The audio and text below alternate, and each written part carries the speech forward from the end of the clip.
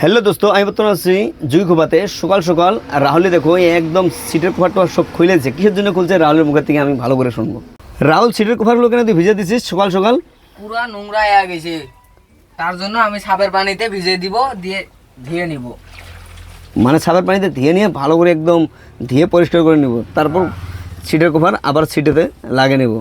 তারপর ঘুমিয়ে অনেক মজা পাওয়া যাবে। তার জন্য রাহুলে এরকম বুদ্ধিটা করছে, খুব ভালো লাগছে। আর ভিডিওটা দেখতে দেখেন আমরা কীভাবে ধুই।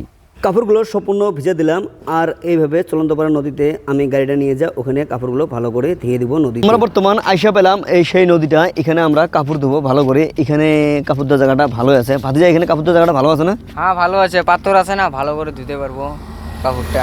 আর এখানে পানিগুলো একদম খুব ভালো, আর এখানে পাত্র আছে, কাপড় ধোয়া খুব ভালো হবে। এই যে দেখতে পাচ্ছেন, এই যে দেখেন, এখানে আমরা কাপড় ধোবো।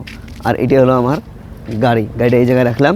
আর এখন আমরা কাপড় ধুয়ে লাগিয়ে পড়বো। গাড়ির কোপার, কম্বল, বালিশের কোভার সগলে ধুয়ে দেবো।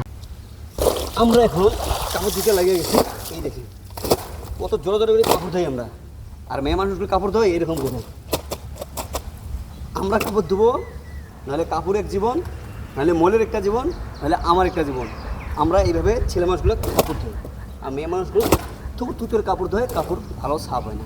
এটার কোভারগুলো সম্পূর্ণ আমার ধোয়া হয়ে গেলো। এখন দিলাম বেশি চাদরটা আর এই কম্বলটা, এই সব ধোয়া হওয়ার পর।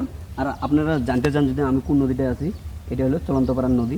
এই নদীটাতে আমরা কাপড় টাপড় ভালো করে ধুয়ে নিলাম।